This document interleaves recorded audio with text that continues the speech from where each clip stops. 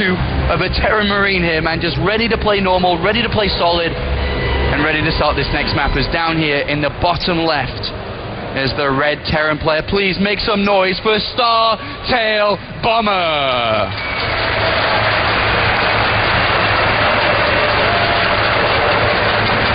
His opponent in the top right, he needs your support. It's EG Jaedong.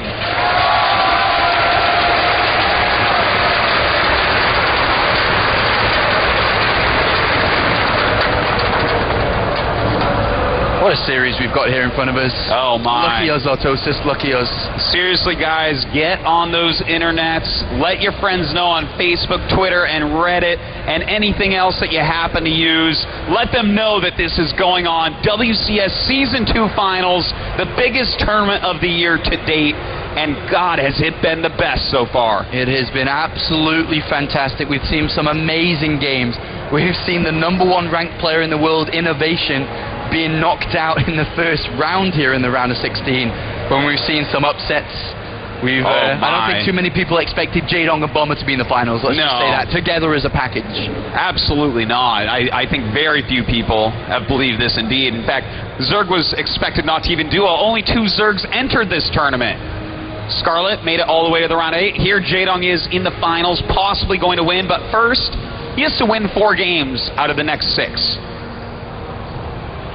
Imagine if he did it just in a row, won it 4-1. That would be one way to win, wouldn't it? Hey, I guess that would be a way to assert your dominance, being the tyrant himself. All right, Autosis, coming into map number 2 now. I have a feeling here that considering game number 1 was decided on very small mistakes, which are very easily adjusted, on Jaedong's side of things, I don't think he's going to change anything. And likewise from Bomber, who's going to be like, all right, I'm comfortable with how things went in game number 1. Well, it certainly looks like Bomber's going to do exactly the same thing. As far as Jaedong goes, I think he might play maybe a bit more economical. You know, Bomber had that very wide choke to his natural expansion, Newkirk Precinct. The choke here isn't quite as bad. There's no way that getting quick speed is going to be able to punish Bomber. Jaedong tested him. Bomber passed the test.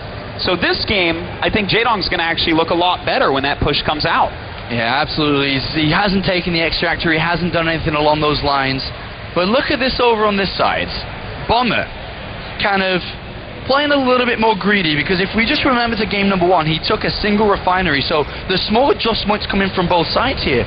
Bomber, without taking a refinery to start to bring in gas, gets a much, much earlier 3rd command center.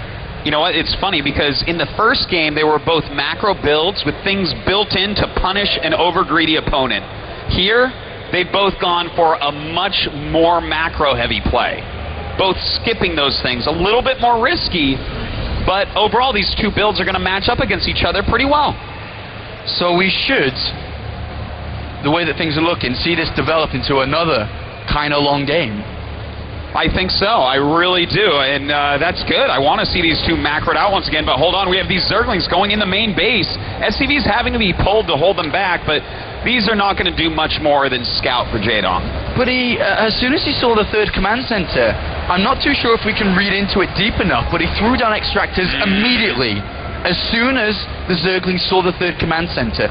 Could this be a sign of potential aggression here? I think it has to be, Apollo. I think it has to be. What else would that be for? Well, is he going to make a hatchery here? It looks like he is. Yeah, I mean, so that's interesting. The only thing that can mean then is getting quick speed.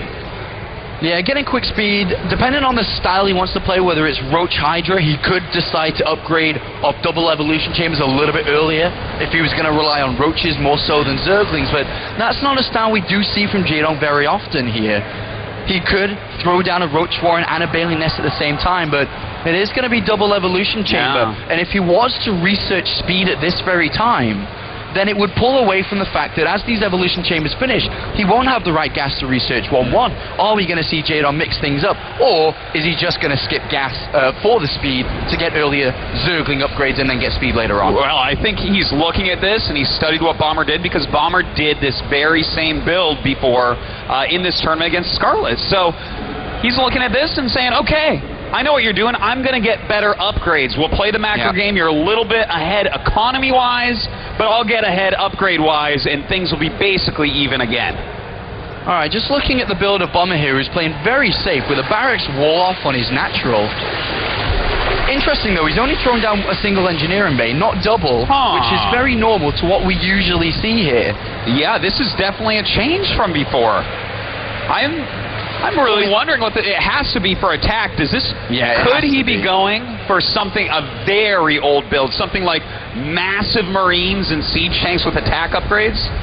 Well, he's got the factory coming down here. The attack upgrade's coming in for the bio, and the second engineering bay is started here. So just a little bit of a difference, a bit of an adjustment there, but it's set up quite well here. And with the barracks coming down nice and early here for Bomber, he's going to have quite a few Marines coming out quite fast.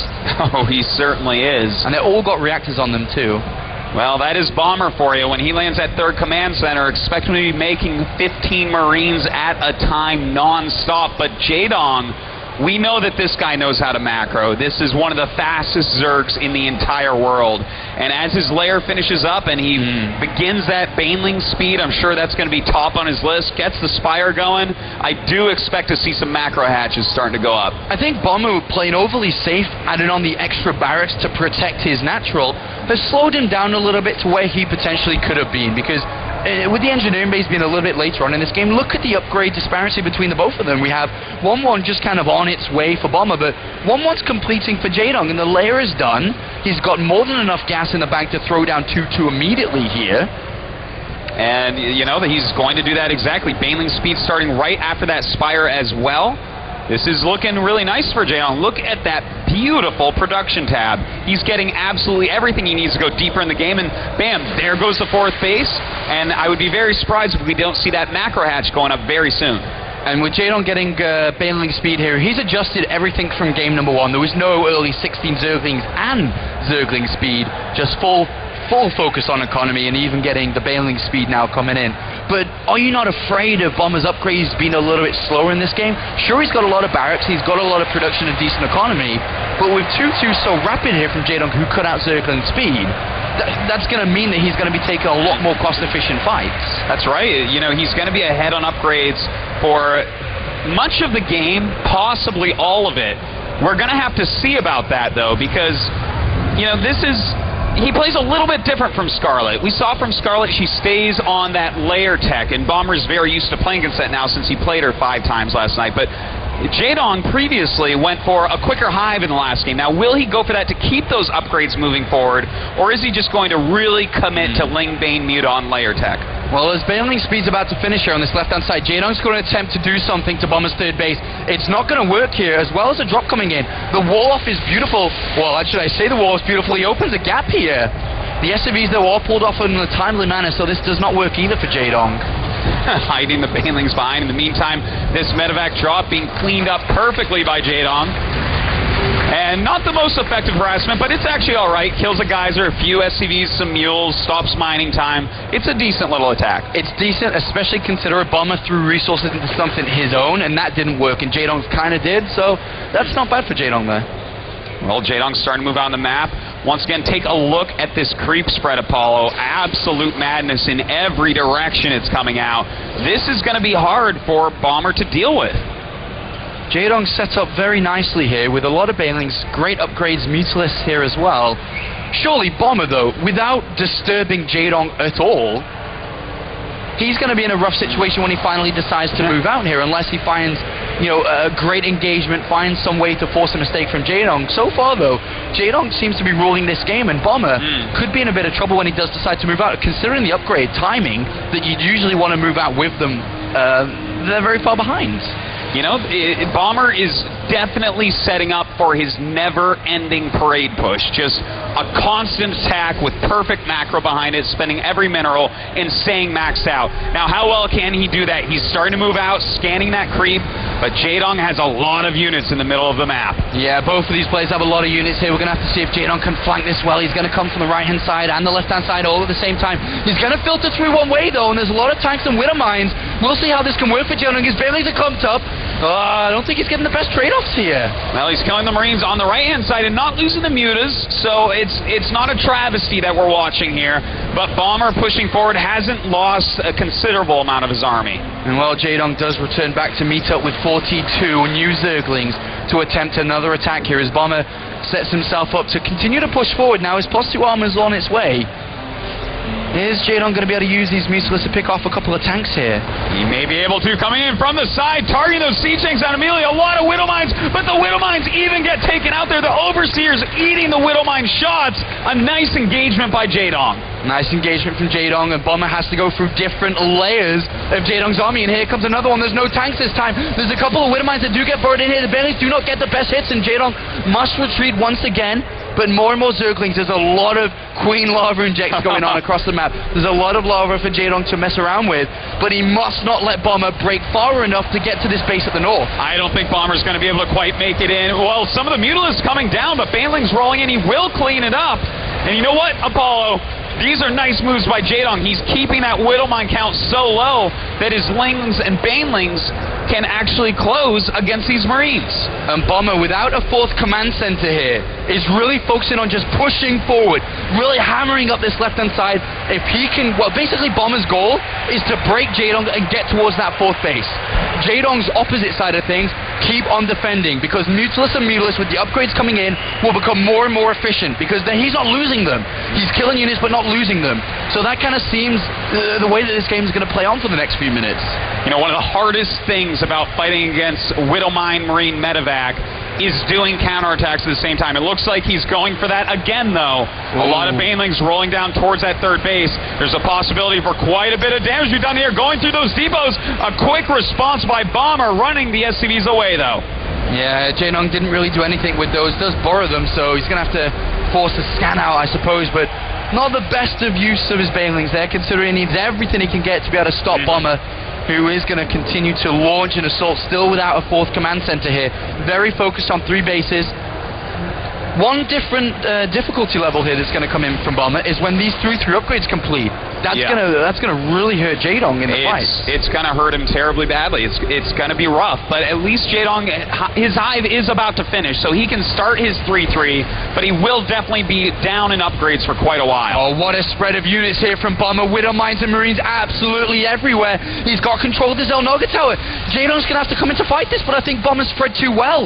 Can Jaedong do this here? This is a beautiful spread. Bomber trying to come in for the kill, but hold on. Jaedong pushing his Zerglings through. Let's see how these mine connections actually end up going, and it looks like Jaedong not barely going to get through. Too many Marines. I mean, they trade off so equally between them, but right now Jaedong still needs Banelings. Bomber's getting closer and closer to the goal, which is breaking this 4th base down, and it looks like he's going to do it. Bomber's going to be able to break this 4th base down. Jaedong both in Banelings. If this 4th base goes down, this is amazing news for Bomber.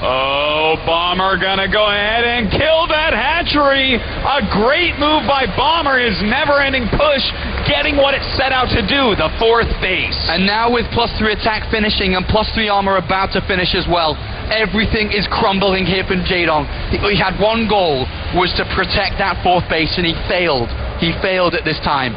But if he can trade off a lot of his units cost efficiently and re-establish a new base, maybe things can still work for Jaedong. But right now, Bomber's leading this game quite convincingly, I'd say. He certainly is, and Jaedong going around hitting the resupply line here. He's going to be able to take these units out very easily. And look at this, he's leaving burrowed Banelings behind so that if Bomber comes back, maybe he can get those huge detonations. Bomber's not coming back though, Autosis. He's marching forward here. He's retreated from his 3rd base, and surely this means that Jaedong has to go back to defend. I think he's going to have to. The drone's getting out, but 2 macro hatches, 3 queens already falling in the meantime. Oh, he does kill that command center. A big move by Jaedong, but I think he's getting the worst end of this trade. Yeah, maybe somehow if he can get all these Banelings and cost efficiently trade against the Marines on the other side of the map. Jaedong saved his drones here, so if he can get a mining base up and running, right now there are 20 Banelings on the map. A couple of them are burrowed. Well, Bomber looks like he may end up going home with the army to rejoin up, or no, he's turning back around. I guess he wants to keep attacking with this, but Jaedong, he has to start crushing some of these armies, or he's just going to lose. Yeah, Jaedong is really in trouble here. 130 supply to a 98. It'd take a miracle here for Jaedong to be able to win this game. That would put him down 0-2 in this best of 7. Well, right now the Muta's trying to hold off this reinforcement line. Bomber coming up both sides at once when this army joins forces. Forward Bailey's there slightly to the right, but a scan goes down from Bomber. Excellent pickup there. Wow. Really well done there by Bomber. This is the only way that Jaedong really has a chance to come back. We'll see if he can do it. Bomber pushing forward, starting to spread. A lot of Widow Mines in there. And Bomber, what a beautiful spread. Jaedong's going to have to fight here. There's a couple of Forward Bailey's. They get picked up anyway. And Bomber is almost just confirming that this map is his. Jaedong must fight here. He cannot just keep running away. The spread is getting stronger and stronger for Bomber. He's even cutting off the reinforcements here. Jaedong is forced into a fight. He has to fight, otherwise he'll lose all his bases. But look at Jaedong. Where is he going? What is he doing? I think he's accepted that the fight is something he can't win. Probably 0% to win that and 1% to do a base trade or something. But I don't think it's even that, Apollo. Bomber is looking way too strong right now. Bomber's playing so good here. Look at that. Oh, that was some big explosions by the Widow Mines. And I think we're going to have to see a GG coming up pretty soon here from Jaedong. Yeah, the only thing that's working in Jaedong's favor are all those board baners, but they are not going to pick up everything here. They get a good chunk of units, but still, even if all these baners detonate correctly, it will not work. GG, and Startail Bomber takes a 2-0 lead in the Grand Finals. That is a huge lead to start out with. Jaedong has to be frustrated at this point. You know, Bomber is playing very similarly to how we saw him play in the round of 8. And it's working so well. His macro is so precise that even when